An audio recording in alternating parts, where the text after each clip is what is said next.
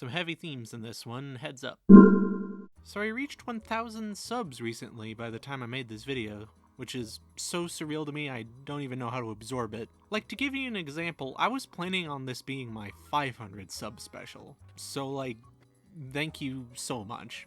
Genuinely. I have a lot of video topics I've wanted to cover, but decided to save for some reason. So let's dust this one off and call it a 1,000 sub special and possibly late Halloween special too. Here goes something. So, I'm a fan of installation art.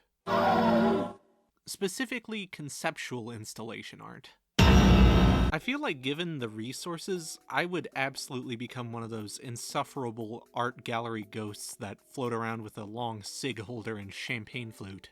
But in all seriousness, whenever someone brings up what their favorite artistic medium is, I always feel like the odd one out, because while I love a good video game, nothing beats an in-the-flesh art exhibit. There's something powerful about seeing what is effectively an altar to an idea existing in the space and not just being a painting or a flat drawing on the wall. The fluffier, more fun art installations of the world are nice, but I tend to want art to hurt me plenty. Give me an object that makes me feel uncomfortable. Something that makes me feel like I am unsafe when I'm in the room with it. Something that makes me want to know more about what on God's green earth I'm looking at. I want art to feel like an artist for a brief moment imposing their will on reality. Even the tackiest shit makes me giddy. Give me a Banksy, the cocky bastard. Give me a Jordan Wolfson, the psychotic bastard. Hell, give me a Damien Hirst, the thieving bastard. All of them give me a feeling in my heart whenever I see them, no matter how fucking stolen they are. What I'm trying to say is fuck Damien Hirst, but I'm in the ballpark of frustration is an emotion and therefore his art is very effective. Also, don't fuck those other two artists, I like them. I am a genuine fan of Banksy's art. Sure, there's something to be said about who street art is for, or how pretentious something can be before it falls flat. But my personal answer to those are anybody who can put a pen to pavement can and should make street art. And man, I love it when shit gets pretentious. Are you telling me you saw that bombed out car in New York and felt nothing just because it's trying to say something in an unsubtle way? Are you telling me that he didn't recreate a celebrity car crash with a pumpkin carriage and realistic paparazzi with at least a little bit of acknowledgement that this is over the top and has a lot of humor present? Basically what I'm saying is if you saw footage of the disco bumper car Grim Reaper and felt nothing, I might just not trust you at all. On a more selfish note, I also like that his art tends to fuck around with copyright. I like that something like Dismaland can happen and Disney can't do shit about it. Maybe that's passé to some people, but it ain't to me. I think that it's an untapped goldmine that people are just too afraid to touch because people find it maybe a bit hacky. What I'm trying to say is that while art from the 2000s was very much loud and unsubtle, it was kind of like that for a reason and not without some self-awareness. A very light overlap with the whole copyright thing exists with another medium I unironically love, which is CreepyPasta. Internet horror stories. I feel like if you defend creepypastas as an art form these days, you either get labeled as someone with an EXEOC or get told you have rose-tinted glasses, and like, I don't know, I find creepypastas very interesting even when removed from stuff like fandom or nostalgia. This was a playground for people to write whatever they personally found freaky. Plenty of the people writing these were fledgling artists getting their feet wet. It's the equivalent to a director starting out with a schlocky low-budget horror film.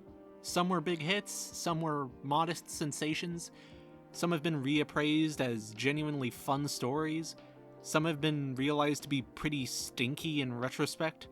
All of them have a place in my heart. Like, I am one of those people that thinks that the modern remakes of Mouse That Kills Himself are good and have their positive aspects, but the original one made partially in MS Paint will always be my favorite for its sheer surrealism. Not to say that remakes of creepypasta stuff aren't cool. I'm a Blue Pen Drive remake evangelist myself, and the Happy Happy remake reminds me that this was meant to be a joke pasta in the best of ways. What I'm trying to say is Vibing Leaf is very good. That said, I think talking about this sort of inadvertently exposes a weakness a lot of old creepypastas had back in the day. Now that we have freaky-ass videos and not just thumbnail images, a lot of creepypastas are way better at being creepy. Like, think about it. A lot of the least effective creepypastas are basically descriptions of things that would be creepy if you, like, saw them and weren't just being told about them secondhand. Which is why I think a lot of what would just be cool, freaky videos on the internet get adapted into creepypasta. Username 666 is my favorite creepypasta on the planet, and it's mostly just a cool art piece on YouTube. It becomes a creepypasta by being a scary thing on the internet that gets adopted into the book of what could be a creepypasta, I guess. Still my fave, though.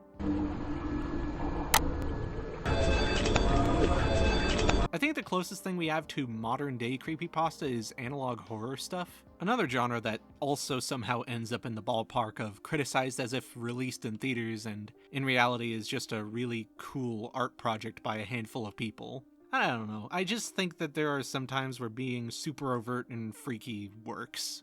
And honestly, you don't have to make an essay about the validity of a jump scare when no amount of being a hardened critic will ever make a well-constructed jump scare not work on you. I am embarrassed to say, and also emboldened to say, I think the creepypastas that fuck with existing IPs are very fun. I am so sad that all those horror movies based on things that recently entered the public domain are just such dog shit, because I desperately want a good horror movie about Mickey Mouse. You can see a pattern here in my interests. If only there was some through line with these two concepts. James Cotty is a middle ground artist. That isn't a phrase anyone uses but myself. Basically, he is someone with the ethos and stick-it-to-the-man attitude of an underground artist who also has the privileges and resources of a more mainstream artist. If you know him for something, it's probably either from his work as one half of the KLF, his posters for Lord of the Rings, and his smiley face riot shield that he made for his daughter to protect herself while protesting. Yeah, if you know anything about the KLF and the motherfucking riot shield, you probably understand that this guy is pretty serious. Like, dude isn't just adjacent to the vague idea of wanting change, he's giving people riot shields for protests. That isn't to say that he hasn't done any extremely 2000s political art. Like, I can't tell if the Operation Magic Kingdom series he did is great or cheesy as hell. Like, it's obviously coming from a real place, a genuine anger at military forces trying to paint themselves as the good guy, but it's also extremely Facebook makes you think. Maybe it's both, and maybe that rules a little. That said, there is one art show that James did that absolutely has that sort of vibe to it, but I love it top to bottom. So let's take a step back and start walking down a rabbit hole I went through on the internet at step 1. I was watching iceberg videos. You know, top 1000 lists made by people too cowardly to call them that. And for people who have lost control of their life. It was about freaky videos on the internet. Mostly creepypasta stuff and a few of the more tame and watchable live leaks. You know how it is. But around the middle of the list, the person I was watching started to talk about a video called Splatter, which was described to me as a video where existing cartoons did cartoon violence to each other, and blood would come out. There wasn't any actual footage of the thing in the video, just stills from what I could remember, so I became really curious. Was this a bootleg parody from back in the day, like Give Me the Head of Charlie Brown or Rabbit Habit? Was this some low-grade YouTube video where they just MS Paint blood on stuff? No, it couldn't be either. This looks too homemade to be one and too clean to be the other. They said this was an art project? Who did this? James Cotty, the fucking KLF guy. Well, now I gotta know. So I looked it up on YouTube, and when I did, I didn't see it right away. Because videos made to be presented in art galleries are hell to get a hold of. Big qualm I have. Whenever there is a video piece in an art show, it's always horribly preserved online. Like, I want to see a full version of Riverboat Dance, right? Well, no, all I can find are interviews with the guy who made Riverboat Dance. Like, Jordan, I love you, but I want to see the art you made. And in my work, I'm trying to create this sort of free space of thought and intuition for myself, where I don't judge any of my ideas, or I don't make an effort to unpack my work. That's insanely interesting. Show me Riverboat Dance. I want booty! I know it's a thing of you gotta see it in person for the full effect, but like, I can't be one of those ribwitch chasers trying to find the next time this thing is shown, which is maybe never again. Fuck, dude, just upload it to Vimeo or something. Let me see your damn art. Anywho, I finally came across this video. Jay, Cotty, and Son present Warner Brothers Splatter, right? Yeah, that seems correct. Hold on, Son? What does that mean? Okay, apparently this whole thing was inspired by Cotty's 15-year-old son watching old cartoons and literally just asking, what if the cartoons actually got hurt? That's adorable, and gives hilarious context to whatever this is gonna be. So, yeah, let's check this out. Okay, that's a very stock alarm sound. I feel like I had this as my actual wake-up alarm when I was in middle school. Would you like to shoot me now or wait till you get home? Shoot him now! Shoot him now! Okay, that's a fun sample to use. Oh! You got me, pal. Oh, you got me. Wait, was that a laugh track? Oh my god. Hey, wait a minute, wasn't that the... Okay, I am lost. This is so much more hokey than I thought it would be. Why are there so many added sound effects? Like, I enjoy that this is footage of Tom busting Jerry's head in with a hammer, but why is it flashing? Why is it playing the Halloween theme? Why is this scene like this?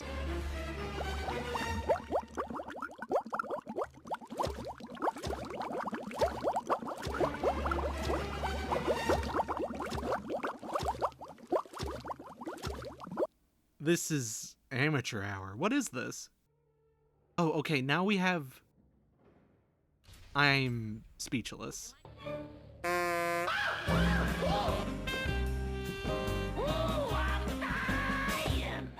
Hold on, that's...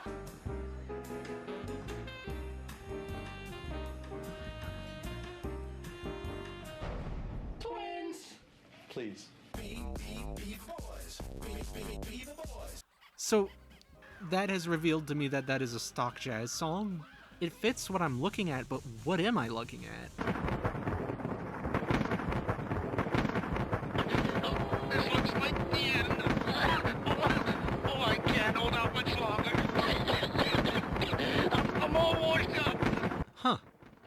That's kind of effective. The silence over the pleas from this cartoon character are doing something. What is this? Iron bullet? Dispersion error. What is this adding up to? Hooding. Oh. Oh no. These are terms associated with the Iraq War. Why are there terms associated with the Iraq War here?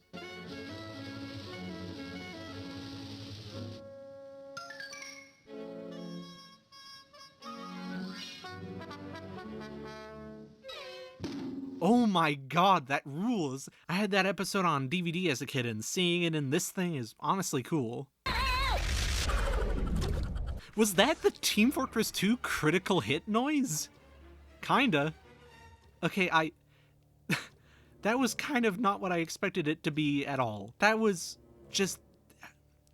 Was this just how good things were allowed to be in the aughts? Did people find this effective at all? I gotta be missing something. What else is on the YouTube channel? Oh. Oh my god. Hold on. I've been duped.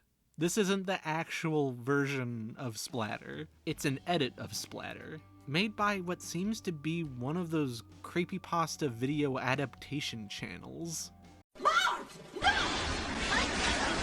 So what gives? Why is this CreepyPasta channel named after an art show from James Cotty?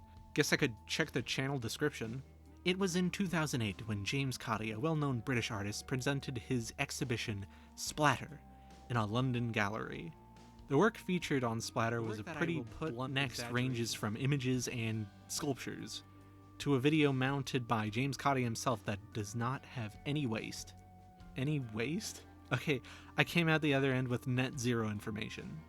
Hold on, maybe not net zero. An art show in London, you say? This was when I found some art in news sites that gave me some more full context. Imagine walking down the street in London, past clothing shops, restaurants, the sort. And then you mosey on past the aquarium gallery and see this. These big, deeply on model sculptures portraying Bugs Bunny shooting Daffy in the head were faced towards the window. Everyone who was on the street saw this. Something I find interesting about this statue is it's still very cartoony. Like, this isn't a realistic headshot. Daffy's head is obliterated hilariously. But the tendrils of blood firing off, the almost abstract shape the red splatter makes where a head used to be. It still comes off as uncomfortable to me. It's not hyper-realistic, but it's still violent as an object. Details I especially love. The silly eyeballs being caught in the splash are still intact. There's shades of Daffy's feathered tone in the muck. And there's a bullet hole in the wall just aside from the commotion lined up with Bugs' gun. So yeah, having this be your attention-getting sidewalk-facing piece is bonkers. But when you enter the show itself, what do you see? Well, you see a few things. What is bound to catch your eye first is probably the life-size sculpture of Tom slicing Jerry up with a kitchen knife. Tasteless? Definitely. Still pretty wild to look at? I would say so. I love how the blood is just two-dimensional here, and all the cuts have that cartoon meat-on-bone look. Tom catching Jerry has always been sort of a common joke among people who grow up with the show, so this was obligatory, and I'm glad they chose this as the second big sculpture of the show. Next, you probably saw the framed pictures. These are my favorite pieces of the show. They are built to look like those framed animation stills nerds have, complete with false film reel aesthetic touches, but the imagery is slightly captivating to me. I'm not gonna kid you at all, I find this shit very cool. You have simple and funny ones like this Wile E. Coyote one where he finally gets Roadrunner. Then there are more complex ones like Tom ripped apart by the dog guy I forget the name of. Recreations of those sculptures as scenes from the shows they would have come from. Daffy presenting Bugs' gushing neck wound. And my favorite, this one. Sylvester devouring his Tweety Bird. That's not the name of the piece, I just thought it would be funny to call it that. The other stills looked funny and had some great little bits for them that I enjoy, but this one is rendered so lovingly, it soars over the rest for me. I understand that this is just an edit of an existing Looney Tunes poster, but the sheer complexity of all the splattered blood on Sylvester's paws and face, it's just the perfect middle line between hilariously grim and genuinely disquieting. Aside from the obvious centerpieces, this is my pick for what my brain goes to when I think of this show. Imagine seeing this shit on a billboard. Which it was. Out of all the pieces in Splatter, I am most sad I can't get a hold of a print of this one. Or one of the jigsaw puzzles they were selling. Or one of the trick knives that included tissues and fake blood capsules. Gun coming soon? Other sculptures present would be these cool little dioramas in glass jars, featuring some bloody stuff of course, but also some really striking cartoon violence imagery using old toys. The name of these things, according to the defunct official website, are... Okay, that is incredible. No notes. What were the names of the other pieces on display? Oh. Okay. So let's talk about this. The majority of the art in this show is named after terms used and operations performed during the Iraq War. That seems like such a big curveball, right? Silly, exploding cartoon blood, itchy and scratchy stuff, and then a reference to the torturing of prisoners via hooding. Well, the callous and cold answer would be that this is just what was on a lot of people's minds at the time. Even if it had little to do with the show, it had a lot to do with the context the show was made within. But if I may put on my pretentious art goober hat for a second, I think this all might be a reference to the sheer trauma of the Iraq War and what it felt like to be living as it happened. The loss of innocence and sheer violence of the acts being committed being reflected in otherwise comfortable media one might look at to take their mind off of the evil shit happening in the world. It's escapist media being infected with the cruelty of violent reality. Most importantly, though, this is an art show about silly cartoons having to deal with funny, violent consequences. Hold on, though, what about the video I went down this rabbit hole in the first place for? Well, if you were lucky enough to go to Splatter back in the day, and made your way into the back of the building, among several stacked crates, dirty cardboard sheets, taped up animation storyboards, and multiple monitors displaying violent edits of cartoons and... Hey, that looks familiar, huh? Turns out that edit I saw must have been from a true fan who had a genuine love for this art show, because I haven't been able to find those specific edits anywhere but here and that edit. I'm getting off track. The thing you see among the trash is this. Finally, I found it. It's real, and more importantly, I found it on YouTube for real this time.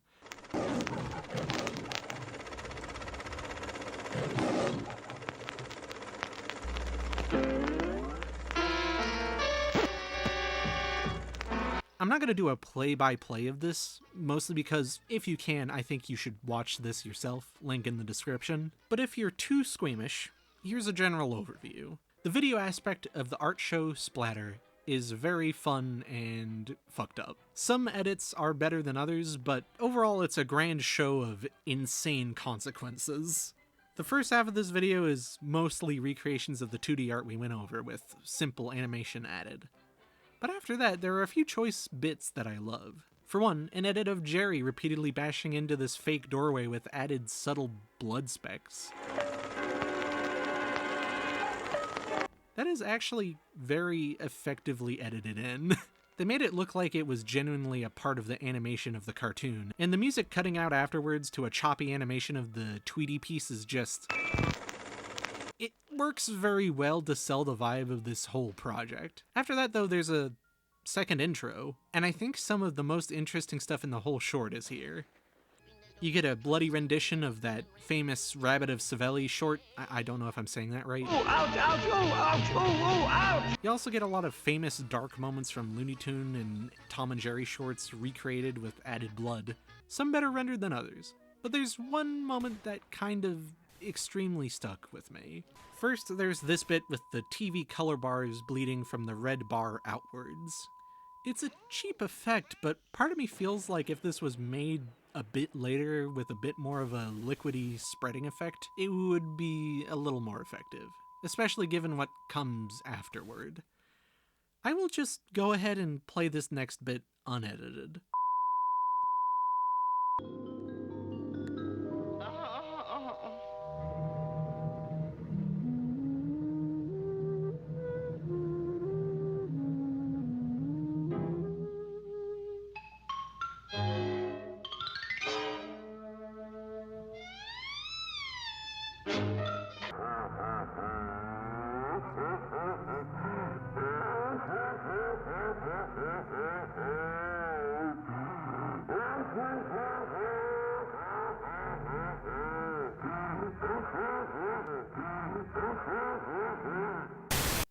Call me easy, call me sensitive, call me pretentious, but that was probably my pick for best coupling of Splatter's concept and its traumatic undertones. This bit always makes me feel so sad. The original moment is a funny gag where Bugs thinks he's dead, but really he's half buried next to a skeleton he assumes to be his own. But in this case, editing it into the most viscerally uncomfortable scene in the whole video, and really holding on the ugly crying reaction in slow motion. Even before I knew about the Iraq War undertones, my first thought watching this was civilians and soldiers dying in useless wars. The reaction to being eviscerated here isn't just screaming and fainting. It was crying and not being ready to go. Your life has been cut short or changed forever by horrific violence.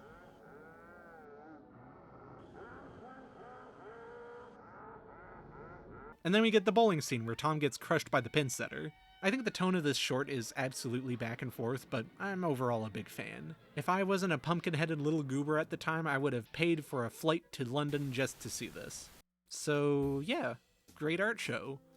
But wait, why was this being edited in a similar manner to Max and Ruby Lost episode, Gumball the Grieving, and Dead Fucking Bart on a CreepyPasta channel?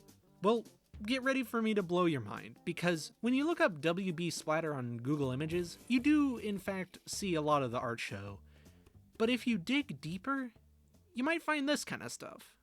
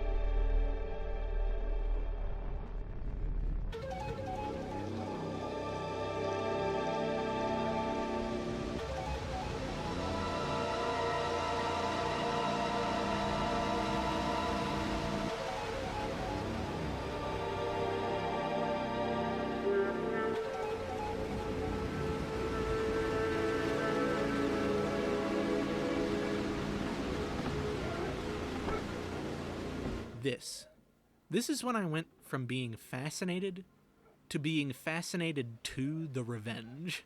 Fan art. This is MS Paint DeviantArt fan art of Splatter, an art show from the 2000s by an underground artist.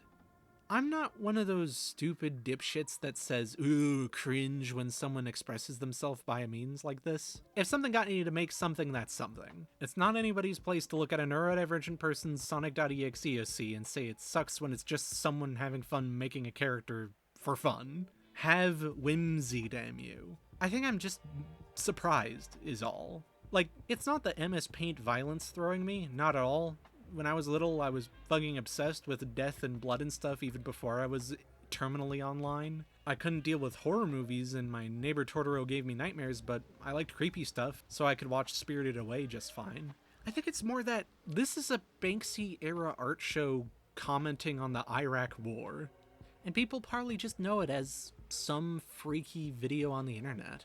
Like, there are so many pieces of fan art of this fairly obscure London art gallery show. There's a Friday Night Funkin' mod where you can apparently beatbox against Aimpoint and that one Tom who has the hammer. Listen, I know there's a Friday Night Funkin' mod for everything under, over, and through the sun, but this really knocked me on my ass. Like, huh? What? I was really genuinely stumped as to what caused this to happen. Then it hit me. Splatter got adopted into the CreepyPasta Hall of Fame. It has been adopted as a creepypasta. It's just like username 666. It was never meant to be an internet horror story, but via some people seeing parallels between Splatter and the thing pastas tend to do, it's been absorbed. And then I pushed my silly brain even further. This art show was presented in 2008. Mouse That Kills Himself, which is, by all accounts, the first lost episode creepypasta, meaning a creepypasta about just that, a lost episode, was posted on 4chan forum boards in 2009. I'm not saying this is the origin for the entire craft that is lost episode pastas, but I am saying that it is extremely possible. Seeing as Splatter, or WB Splatter as it's usually called in these spaces, has been slapped into the pages of creepypasta history long after the fact, I feel like I kind of want to pen Splatter as the first lost episode ever made. It feels like it inspired the whole genre in some way. As much as Splatter is built to be mostly a comedy horror, people still find this stuff freaky. Heck, I still do. I'm just glad that there are people out there like me who find horror mixed with existing media to be fascinating. This art show was so directly in the ballpark of creepypasta enthusiasts that 12 goddamn years later, it would be notorious enough in the fandom that it became the whole identity of an obscure creepypasta edit channel that I came across. Well, there you have it. A nutso rabbit hole I ran down. That's all I have to say on the topic of Splatter, but before you go, I have one last thing I want to show you. James Cotty is still making stuff today.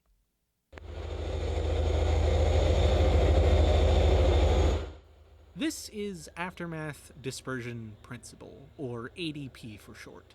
3 different massive dioramas depicting an apocalyptic landscape of blown-up cars, broken housing, barren fields, the aftermath of a riot, populated entirely by the police. The entire diorama is flashing constantly with police lights. A police helicopter fixed above the scene shines a floodlight down onto the streets. But with no more rioters in the environment, the cops simply exist and do what could be vaguely considered their jobs. There's a lot of humor to this piece. Cops going down slides, graffiti being written over to become propaganda, weird as hell advertisements, a drive-through McDonald's. But even with all that humor present, there is this sheer desolate feeling that I get when looking at ADP. These pieces tour through historic riot sites in the UK, presented in a massive shipping container, the art of which can only be seen through holes made in its exterior, giving you peeks at a landscape crawling with detail and cops. Out of all the projects James has done, Splatter might have taken up my headspace the most, But this is my favorite thing he has ever made. It's so cool to me that art like this still happens. There is art with that specific aughts flavor of possibly overproduced but deeply political anger to it. There are pieces made for protests all the time, but in an era where the aesthetics of 2000s stick it to the man type art have become synonymous with tacky surface level garbage, I'm so happy that it's still happening in little ways. No matter how overt, no matter how pretentious, no matter how hard it hits you over the head with its message, middle ground art will always exist and intrigue me in a deep and personal level. I love it, I love it, I love it. I love conceptual art. I love splatter. I love insane installation art shows that take over your world for a split second. I love creepypastas. I love mouse that kills himself. I love little indulgent stories about stuff people found freaky at the time. In other words, I love it when an artist sits down and thinks to themselves, what is the scariest thing in the world to me?